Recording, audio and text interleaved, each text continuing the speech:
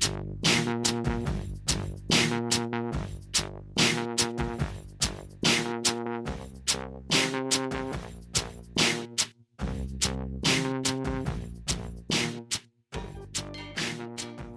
de suite à Béatrix Boisseau qui va vous présenter Nourrir et protéger sa santé. Protéger la vie, pardon. Je fais un petit lapsus. Hein. Voilà, merci. À toi, Béatrix.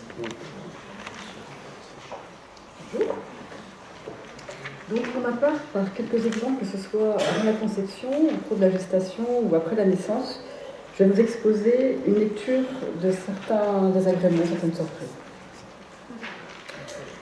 Donc, voici presque le début d'une vie. Un spermatozoïde et un ovocyte, la conception. Mais une grossesse se prépare 9 mois avant, aussi bien pour l'homme que pour la femme. L'idée étant d'améliorer le terrain. Un spermatozoïde va mettre 72 jours pour arriver à maturité. Il est donc possible d'améliorer cette cellule. Comment ? On en a parlé, l'inné est toxique, le stress oxydatif qui va vous être évoqué un peu plus tard dans la journée, le tabac qui est source de métaux lourds. Il faut savoir que 80% des hommes impuissants sont fumeurs. La pollution électromagnétique, le portable, le wifi, ont été évoqués tout à l'heure, le stress, la pollution chimique, notamment les xylhormones. Ce sont des substances étrangères au corps, mais qui ne sont pas des vraies hormones, mais ils se comportent comme des hormones, les faux estrogènes notamment, qui bloquent l'action de la testostérone. La chaleur, il faut savoir que la spermatogénèse se fait à 35 degrés. Donc, d'autant plus que le surpoids ne va pas aussi dans le sens de la baisse de la chaleur. Du côté féminin, que peut-on améliorer ? Donc, on sait qu'à la naissance, le bébé féminin arrive avec un stock d'ovocytes, un stock d'ovules qui va régresser au fur et à mesure du temps. Donc, on ne peut pas agir sur ces ovules puisque le bébé féminin arrive avec ce stock d'ovules, contrairement au bébé masculin qui a finalement 72 jours pour renouveler un spermatozoïde. Donc, on va plutôt agir sur le cycle en lui-même, que ce soit par sa durée et aussi par rapport à son confort, c'est-à-dire l'absence de douleur à l'ovulation, mais aussi pendant les règles.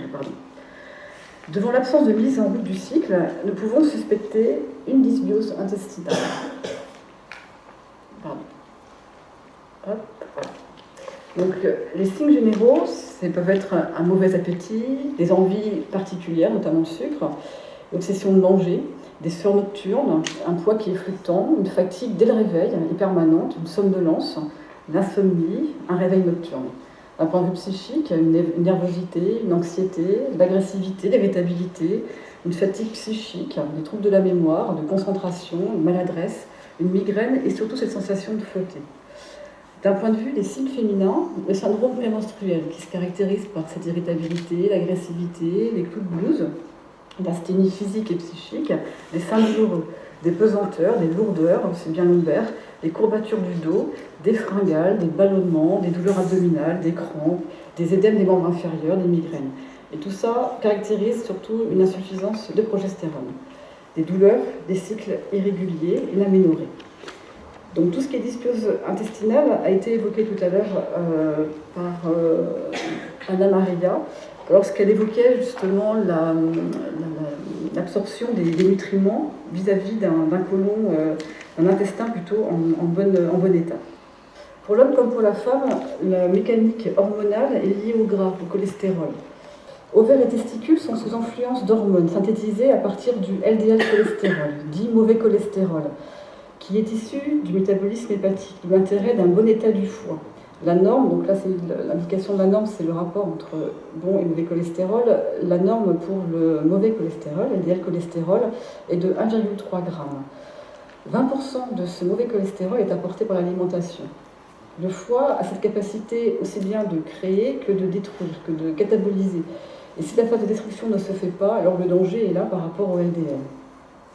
Donc il est important de préserver un bon état du foie. Donc ça peut être par la diététique, l'importance de l'œuf à la coque. Je ne sais plus quel exposé, celui d'Anna Maria, je crois, évoquait aussi l'idée de l'œuf à la coque comme apport important dans la régénération tissulaire.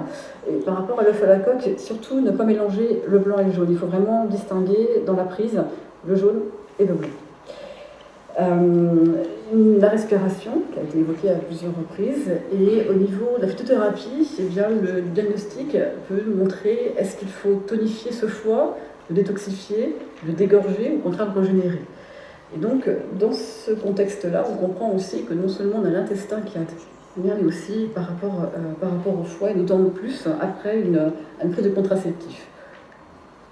Donc 9 fois de préparation, supprimer les toxiques, on en a parlé, la diététique, avec différentes sources de vitamines, qui auront un effet sur les spermatozoïdes et sur l'acide folique et la vitamine B. Les intestins, on en a parlé, nourrir la muqueuse intestinale, favoriser les émonctoires en ciblant les déficients. Donc est-ce que c'est l'intestin, le foie, les reins, la peau, et se protéger des fréquences Wi-Fi portables. Il y a des choses, alors, je n'ai pas testé parce que je ne me sens pas... je n'ai pas de troubles autour des différentes fréquences, d'autres sont gênés, mais je sais qu'il existe des différentes choses qui peuvent pallier à ces manques. Est-ce que ça fonctionne ou pas? Je ne sais pas. Donc une fois qu'on a obtenu des bonnes cellules, eh bien, les rapports sexuels.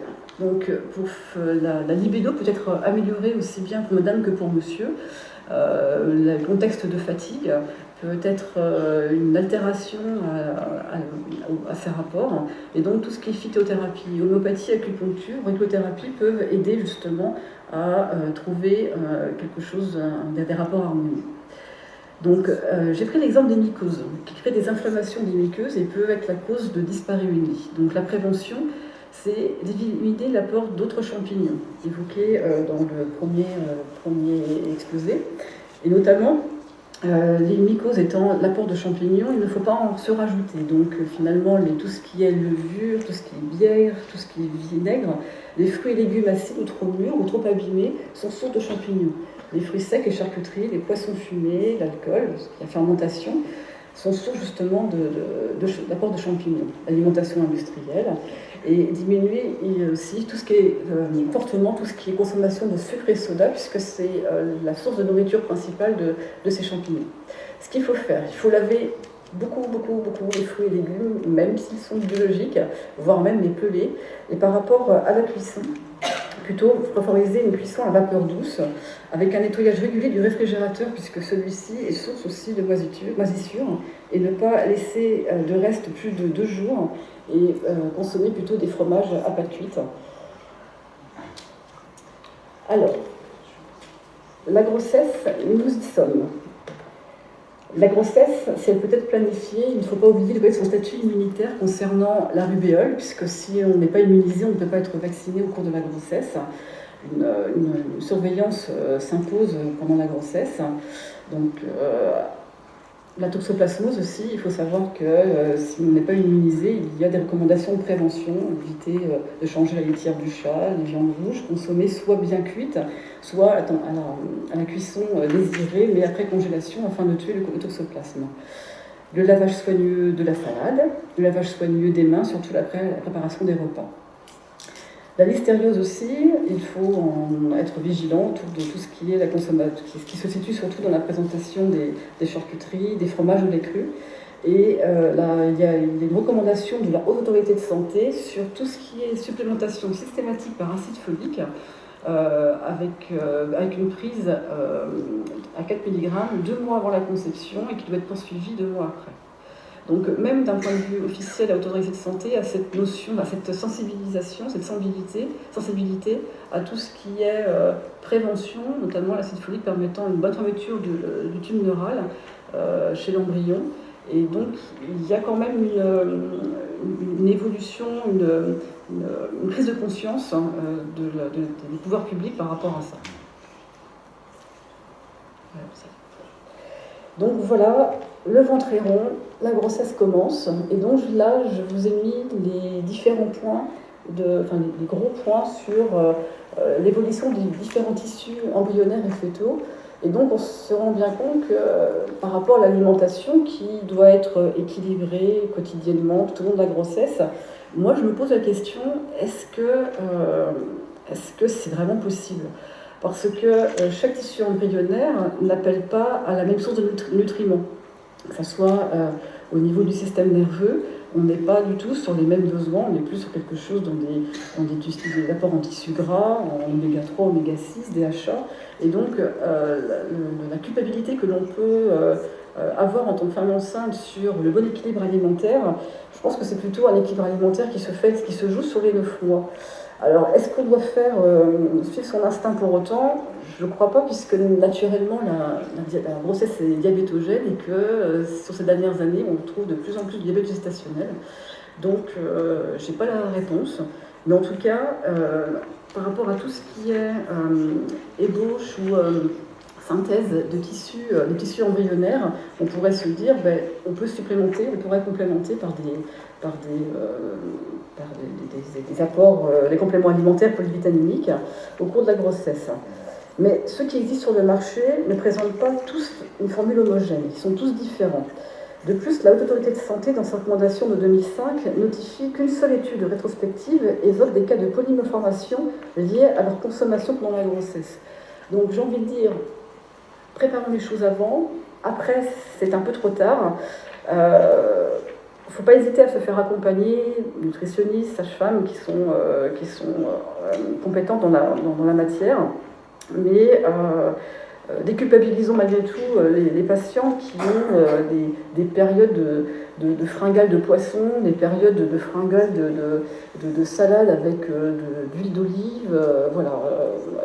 La surveillance du poids peut aider, mais malgré tout, on peut accompagner ces patientes et en leur montrant ceci, se dire elles sont peut-être un petit peu dans le vrai malgré tout, puisque les apports, les besoins ne sont pas les mêmes tout au long de la grossesse. L'eau, on en a parlé un certain tout à l'heure. Donc l'importance de l'eau, on a tous en tête l'image de la femme fortement enceinte, troisième trimestre de la grossesse, qui a quelque part dans son sac une bouteille d'eau et qui consomme régulièrement cette eau. Le liquide amniotique se renouvelle énormément sur cette période-là, et donc spontanément, cette femme enceinte a besoin de boire. Donc là, on ne va pas l'empêcher de boire, ça ne pose aucun souci. Par contre, au niveau de la source de son eau, on va plutôt éviter l'eau du robinet, à cause de la toxicité, du chlore, et puis ce qu'a évoqué tout à l'heure Pierre, notamment avec tout ce qui était les médicaments, les pesticides aussi qui passent dedans. On va éviter l'eau gazeuse parce qu'elle est plus acide. Et donc, qu'est-ce qu'une bonne eau? Donc, c'était indiqué sur l'étiquette, il y a écrit résidu à sec à 180 degrés inférieur ou égal à 150 mg par litre. Donc, il y a les fameuses eaux. J'ai pas d'action, il y a Montboucou qui se situe à 19, la Rosée de la Reine à 18,1 et Montcalm 32. Donc ça peut être des idées d'orientation aussi, même au niveau de l'apport en eau, et qui peut paraître bénin, anodin, mais qui a ses conséquences malgré tout. Les mots de la grossesse. Alors, cette expérience formidable de la grossesse, cette plénitude, cette joie, etc., elle peut rapidement être vite oubliée par rapport à tous ces petits mots. Et souvent, ce qu'on peut entendre, c'est normal, c'est la grossesse. La grossesse n'est pas une maladie, mais tout le monde n'a pas forcément tous ces petits mots de grossesse. Tout le monde ne vomit pas, tout le monde n'a pas mal au dos, tout le monde ne souffre pas d'insomnie. Mais malgré tout, ne serait-ce que ces petits exemples que j'ai pu vous mettre sous forme humoristique, peut créer une culpabilité, une morosité, une agressivité un petit peu, parce que quand même, une grossesse, ça dure un peu longtemps, quasiment une année, et c'est quand même pas négligeable dans une vie. Donc, j'ai pris pour exemple, tout d'abord, cet exemple-là, les nausées et vomissements au début de la grossesse. Il serait dû éventuellement à une carence en vitamine B6, d'où l'idée des laboratoires de compléments alimentaires pour la mère et l'enfant à naître, dans le cas des vomissements, avec une supplémentation en vitamine B6. Les conseils diététiques sont aussi un apport en vitamine B6, avec une prise de raisins secs au lever, de l'eau citronnée, des petites collations, une fermentation des repas, l'apport du magnésium, l'effet de la papaye, du gingembre, la mélisse, et ne pas oublier aussi l'homéopathie. Mais prendre de l'homéopathie, prendre quelque chose quand on a l'estomac au bord des lèvres, ça me paraît aussi difficile. Ma pratique m'a montré à maintes reprises que le fait d'arrêter tout simplement les compléments alimentaires pouvait parfois déjà soulager un peu. Je rebondis sur ce qu'avait indiqué la HAS dans ses recommandations de 2005, où finalement, ne pas prendre de compléments alimentaires pourrait être éventuellement une bonne idée pour la bonne santé du fœtus à naître. Et moi, je me posais la question si finalement, en arrêtant ce complément alimentaire, qu'est-ce que ça donnait? Et la plupart du temps, il y avait un mieux par rapport à ces nausées et vomissements. Alors, je ne vais pas généraliser, c'est juste ma pratique. Pratiquant l'acupuncture et l'auriculothérapie, je vais vous montrer des exemples aussi de femmes avec des symptômes de vomissement. Donc acupuncture avec le pouls, le diagnostic par la langue. Et donc voilà deux exemples de patients présentant des vomissements. Donc la première patiente, c'est la photo de gauche. Cette patiente présente des malaises matinaux, des nausées, une bouche sèche, sans désir de boire et un appétit diminué. La photo de droite, cette patiente présente des nausées matinales, des vomissements aigres, une dépression, une irritabilité. On voit bien que par rapport à l'état de ces langues, le diagnostic initial, enfin la plainte initiale étant des vomissements, on ne va pas les traiter de la même façon. Donc de même que par rapport à d'autres recommandations, c'est pas forcément adapté quand on creuse de notre façon, qu'on essaie de diagnostiquer par d'autres techniques, voilà, l'état de la langue, alors que le point de départ initial, enfin, le point commun étant les vomissements.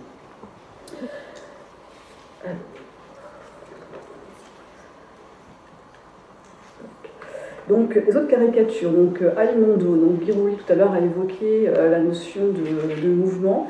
Il y a la prévention aussi, puisque enceinte, il y a tendance un petit peu à moins bouger. Or, outre le côté maux de dos, il ne faut pas oublier que l'accouchement est un certain marathon, une certaine préparation physique aussi, préparation à l'effort qu'il faut avoir, et donc éventuellement les maux de dos peuvent aussi être une excuse de la préparation à la naissance d'un point de vue physique. La vitamine D, à l'heure actuelle, on supplémente les femmes enceintes au cours de la grossesse par la vitamine D. L'ostéopathie, les postures, tout ce qui est fatigue aussi, on peut agir en se disant, tiens, pourquoi pas, est-ce que les maux de dos ne seraient pas liés à ça? Mais les douleurs qui sont épisodiques, répétitives, toujours à la même heure, dans lesquelles il faut penser le problème autrement. L'acupuncture peut correspondre justement bien à cette modalité où on a quelque chose de périodique. Les mêmes titres, les périodes d'insomnie, où finalement les réveils nocturnes autour des fameux 3 heures du matin, qui sont assez récurrents chez la femme enceinte, qui correspondent au méridien foie, c'est des choses assez courantes. Les édèmes, donc pareil, il ne faut pas hésiter à incriminer l'eau. C'est une des premières questions que je pose. Et à l'heure actuelle, la prévention des édèmes se fait dès qu'il y a connaissance de la grossesse. Il y a une contention qui est recommandée de prescrire afin d'éviter ce genre de désagréments. J'avance un peu. J'ai trouvé, je ne sais pas trop comment elle a évoqué le problème du siège. Donc j'ai trouvé cette image, l'idée de la poule qui est en train de couver tranquillement, qui ferme les yeux. Il n'y a rien autour d'elle. Voilà, elle s'isole, elle a l'air heureuse, elle sourit. Et c'est ce que je donne parfois de temps en temps comme image aux patientes par rapport au siège. Parce qu'une femme, lorsqu'elle est soumise à un stress, à une angoisse, une contrariété, qu'elle soit personnelle ou d'ordre dans l'histoire nationale, voire internationale, qui avait antérieurement un fœtus qui se présentait tête en bas, et tout soudainement, on se retrouve avec un siège, eh bien, la plupart du temps, je me rends compte que c'est dans un contexte justement de ce stress. Donc, cette image pour illustrer que la femme enceinte ne peut être contrainte aux éléments extérieurs. Ma pratique m'a montré que les demandes de consultation par opposition fétale étaient la plupart du temps périodiques. Au moment des fameux attentats de janvier, il y a eu un pic de demande. Donc ça, c'est ma pratique personnelle, mais c'est une question que je leur pose. J'essaie de connaître un petit peu l'actualité et pour savoir si finalement ça a eu un impact pour elles, émotionnel, ou est-ce qu'elles arrivent à faire face aux événements. Et la plupart du temps, en effet, soit c'est un événement personnel, soit d'ordre de l'histoire collective. Donc je leur conseille fortement de s'isoler, un peu comme cette image, c'est-à-dire éliminer la télé, les facteurs de risque, la belle-mère s'il y a besoin, et voilà. Le facteur travail aussi est à l'origine, voilà, donc les congés maternité dans un contexte comme ça me paraît fortement justifié, puisque trop orienté vers l'extérieur, souvent il y a une culpabilité, et moi je me rends compte que, ce que je leur renvoie, c'est que la société vous demande quoi? De faire des enfants, certes, mais des enfants en bonne santé, et avec une naissance avec le coût le plus minime, et une santé pour l'enfant aussi le plus minime possible. Et donc il ne faut pas hésiter à s'arrêter pour justement avoir une fin de grossesse agréable et puis un bébé en bonne position, entre autres.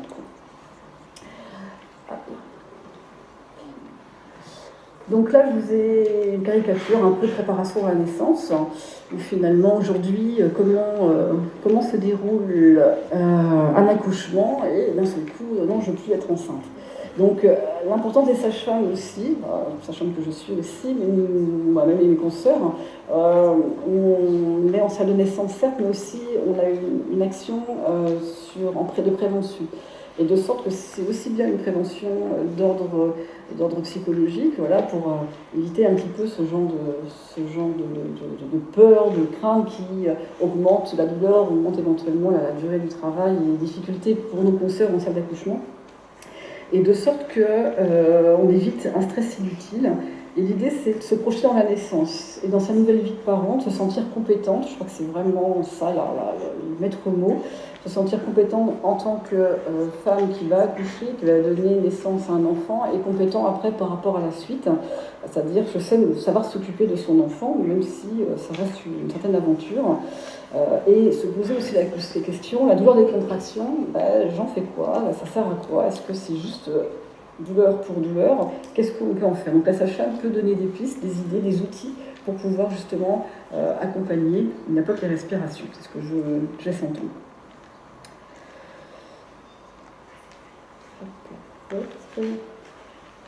Alors, l'allaitement, il faut savoir qu'en fin de grossesse, plus la situation d'allaitement, il faut savoir qu'il y a une diminution du poids du cerveau maternel de 1/3.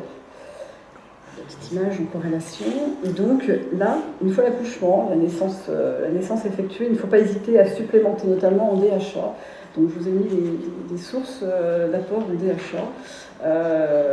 Pourquoi pas ne pas supplémenter justement par des compléments alimentaires en DHA, compte tenu de la perte non négligeable de substances cérébrales, entre guillemets, mais qui n'est pas inéluctable, qui va revenir. Le lait maternel est riche en germes, 10 000 à 100 000 germes par millilitre. Et donc il faut stimuler l'ensemencement du lait maternel par la prise de probiotiques. Ça peut être aussi un apport supplémentaire pour l'enfant. Pour l'enfant, la constitution de la flore intestinale, par son passage par les voies génitales de la maman et surtout par l'allaitement. C'est à ce moment-là qu'il constitue principalement sa flore intestinale. Mais si l'enfant est né par césarienne ou s'il ne peut avoir le lait maternel, il faut trouver d'autres moyens pour constituer cette flore intestinale pour ce bébé qui vient d'un milieu entièrement stérile. Donc ça peut être l'apport de colostrum de source certes animale, mais ça peut être aussi un moyen. L'apport de probiotiques, il y a tout un tas de choses, de produits qui existent. Et il faut savoir qu'à 2 ans, la flore de l'enfant correspond à celle d'un adulte. Le colostrum étant un booster immunitaire.